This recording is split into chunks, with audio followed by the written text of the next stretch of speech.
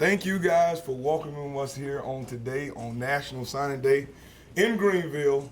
The East Carolina Pirates had a great day today.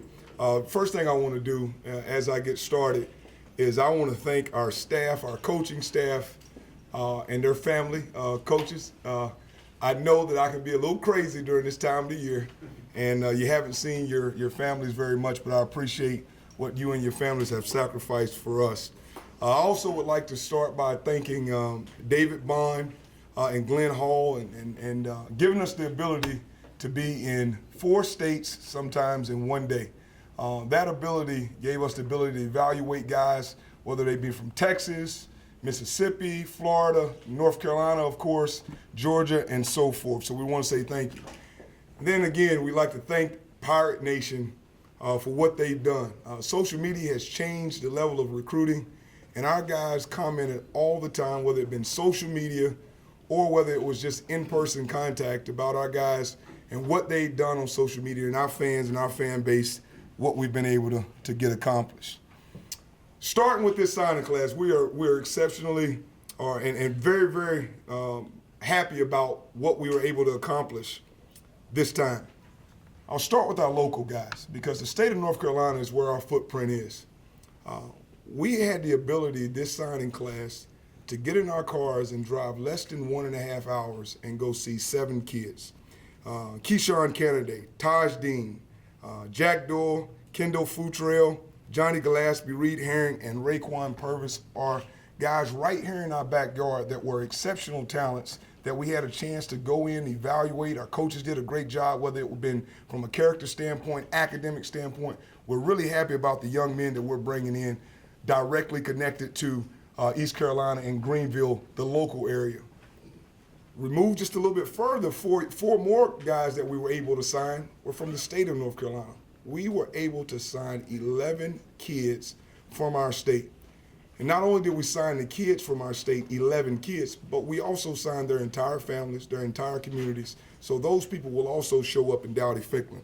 Very happy about that. We went after our offensive line position for one reason and one reason only. As you guys know, we were able to sign 5 offensive linemen. Offensive linemen are the bedrock of every great football program. We had a lot of graduation at that position. We wanted to attack it. And a personal thanks to Coach Jeep Wade, or should I say Gideon. He did a great job in everything that we asked him to do from an evaluation standpoint, but he was relentless in his ability to go out and evaluate these guys and build relationships. We also know that in this league, the AAC, that you're going to have to defend the pass. And what we wanted to do is go out and get defensive backs that had a tremendous amount of length, speed, size, of course, is built into that length, but speed and an understanding of the football game. Coach Smith, from the get-go, had some guys identified. Our staff came in and continued to help us identify better players at that position, so we were really, really happy about what we were able to get done at that position. Now, the big boys, the defensive front. Deke Adams is one of the most relentless football coaches when it comes to coaching that position.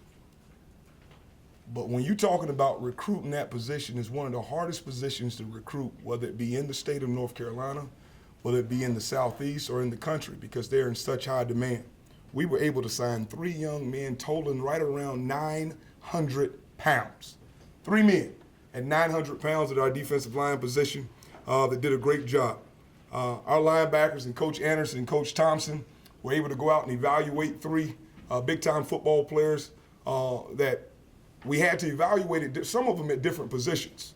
We evaluated a couple of them as defensive ends that would have to stand up and hit the outside linebacker role. And also, we did a good job in the state of North Carolina, I think. Coach Thompson identified, along with myself, Aaron Ramseur from Shelby, North Carolina, a place that I know well, a kid that was the Shrine Bowl MVP.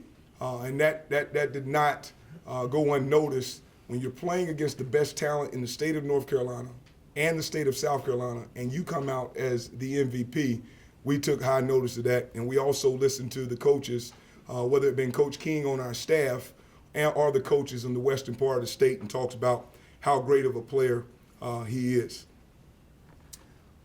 But a recruiting class isn't a recruiting class if you don't have a quarterback, in my opinion, if you need one. And this year we needed one.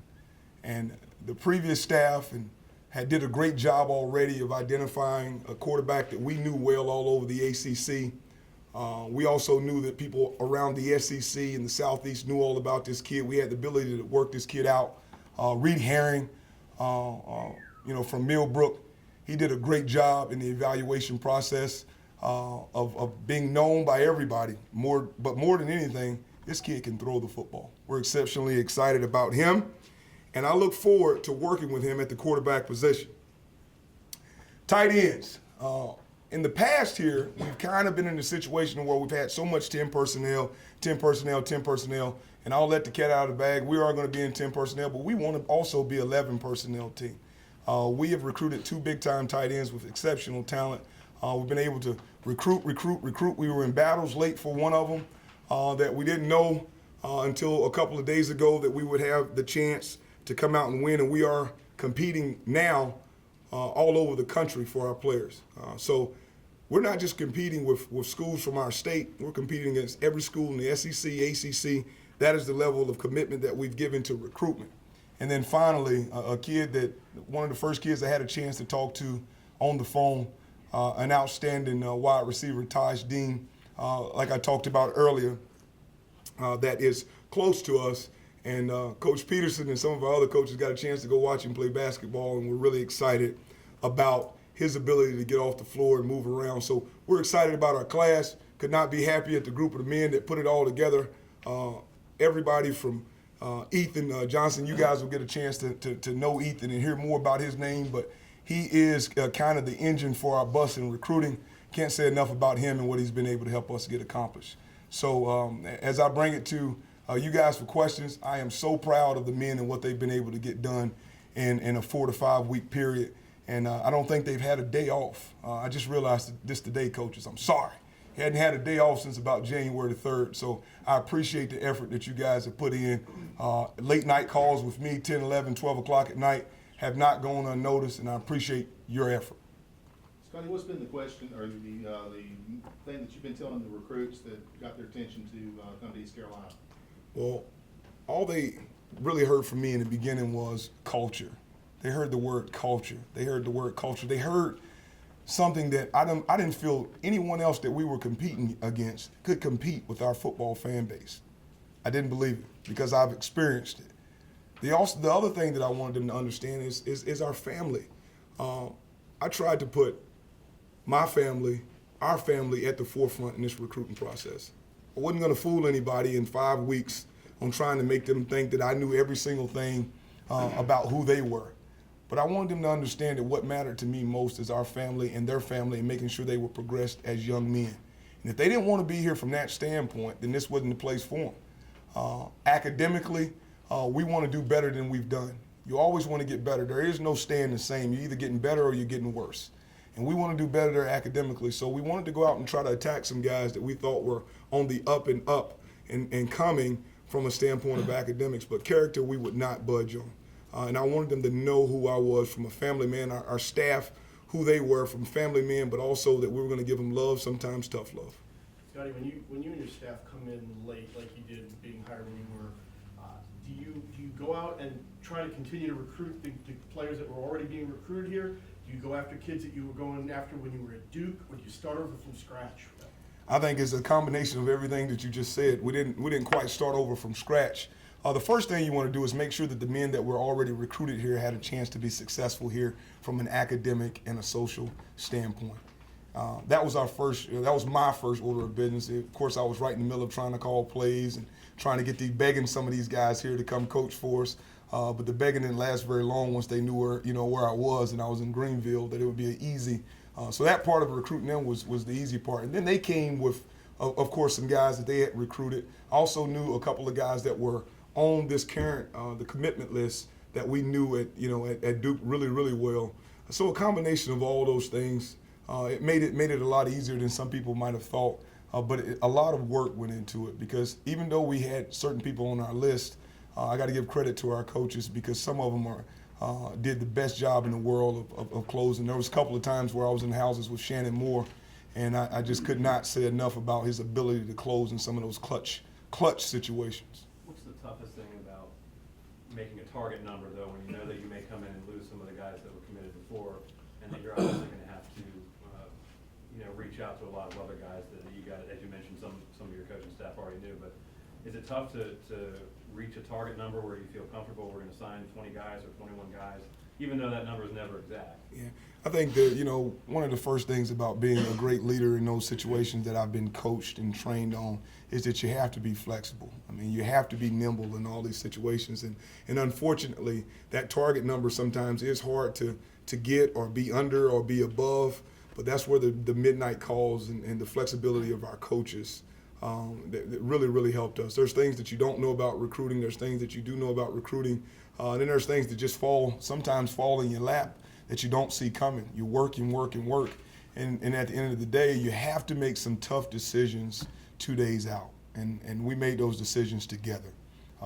Not only our coaching staff, but our academic staff, our people evaluating where these kids are, our administration. All those things go hand in hand, and I can't say enough about the support that we received from our administration in that tight time frame on the amount of kids, the communication between Terrell Smith and our administration was really good. I thought our athletic director, Comfort, did an unbelievable job of staying in direct communication with us, so there was no question about where we were going and what was expected.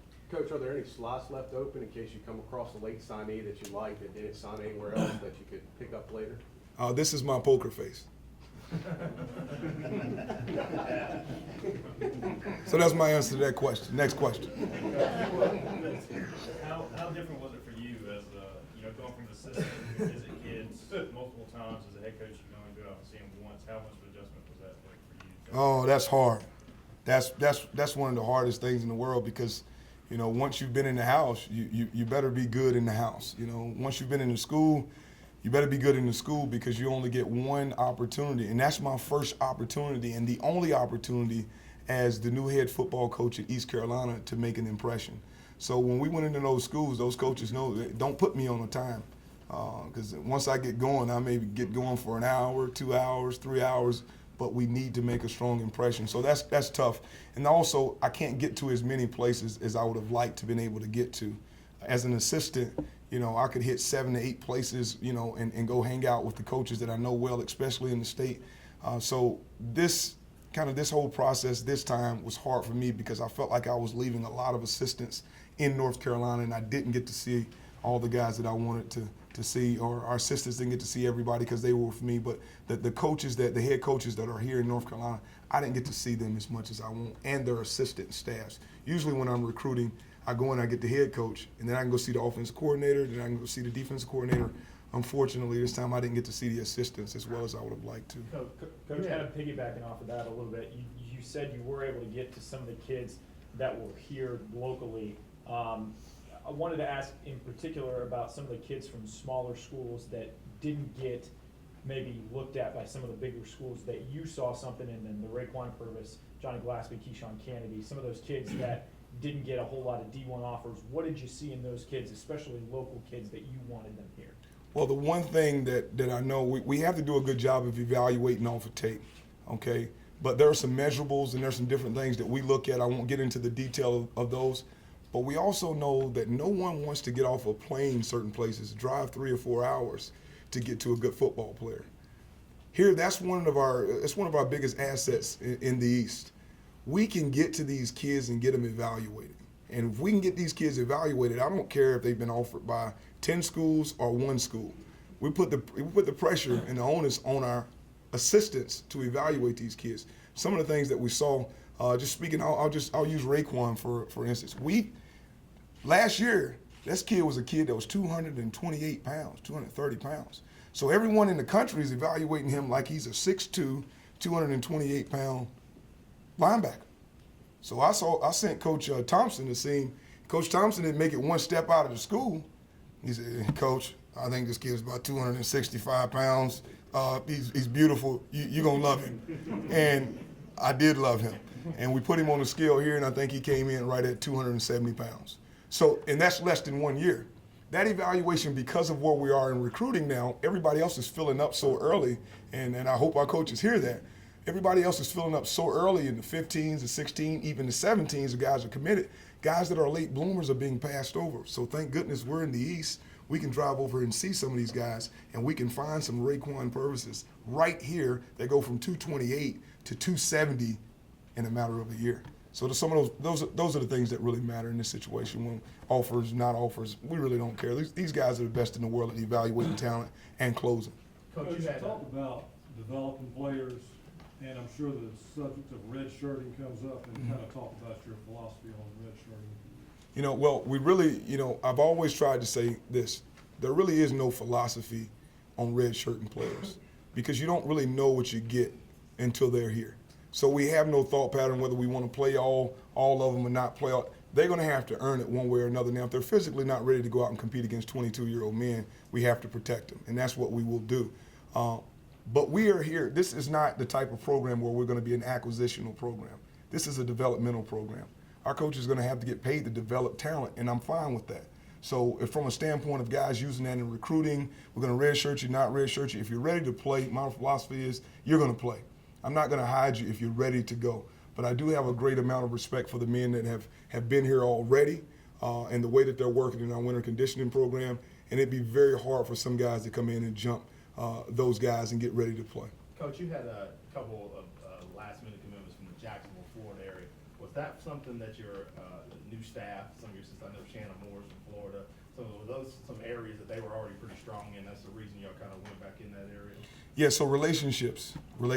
This is what this business is about. Whether it be in recruiting, whether it be with the way that we get our guys to perform on Saturdays, it's about relationships. And yes, Shannon had some great relationships in some of those areas, so we used them. There are other coaches, for instance, Coach Thompson had some great relationships in Texas, so we used them. But it still came down to him going in that house and being fantastic that night. So, we knew that we were going to be in a battle for the back, and I love him. And he is one of those kids that I think has a very good chance to be special here. But our coaches did a great job of just going in and building true relationships and showing who they are, not trying to present themselves in a shiny manner, but just trying to present themselves in who they really are, the honest manner.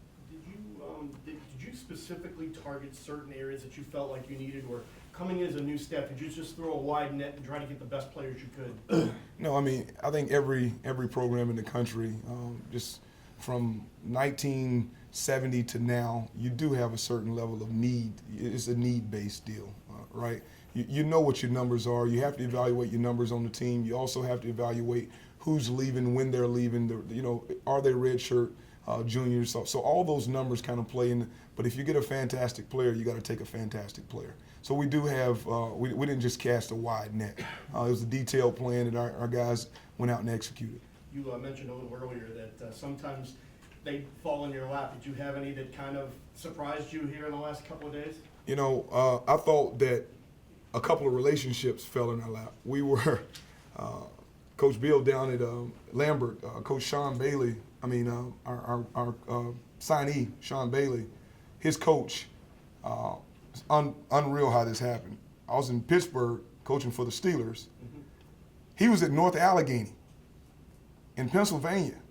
And Sean Kugler, the head coach now at UTEP, both of his sons were playing at North Allegheny. So I would go see them play. And it was one of the first teams I'd ever seen getting jumbo personnel and go tempo. And it was the most physical thing. And I would hear parents for the other team, like, oh, God, get these guys off the field. They're going to kill. It was over and over and over. I walk into Lambert, and there he sits. You can't imagine. First thing he said, we were in Pittsburgh together. So some of those relationships, some of those things fell into our lap. I never saw that one coming. And thank goodness we were able to get that. We were able to get him on the ship, and that was a big signee for us. So we're very happy about that. Coach, given the circumstances of you and your staff being on time crunch leading up till today, How important was Coach King and his intricate connections at the high school level since he just came out of that with this late push for signing day? Well, I'll tell you a story. When I used to go into high schools in North Carolina, I thought I was the guy. You know, I thought they loved me. You know, they come in, they be waiting on me. I went in with Coach King in a couple of places down east, and you know, even in the central part of the state, and they almost walked right past me and just went to hugging on Coach King. So that transition was helped because they do respect what he's been able to get done in the relationships, but also he can get on the phone. He was of course a coach at the Shrine Bowl. So some of those evaluations that he had from the Shrine Bowl, i.e. Aaron Ramseur, he came in and said, "Hey, this kid is a player." So some of those things really helped us, and we're never going to overlook how important our North Carolina high school football coaches and the relationships that he has built with them are definitely going to help us in the future.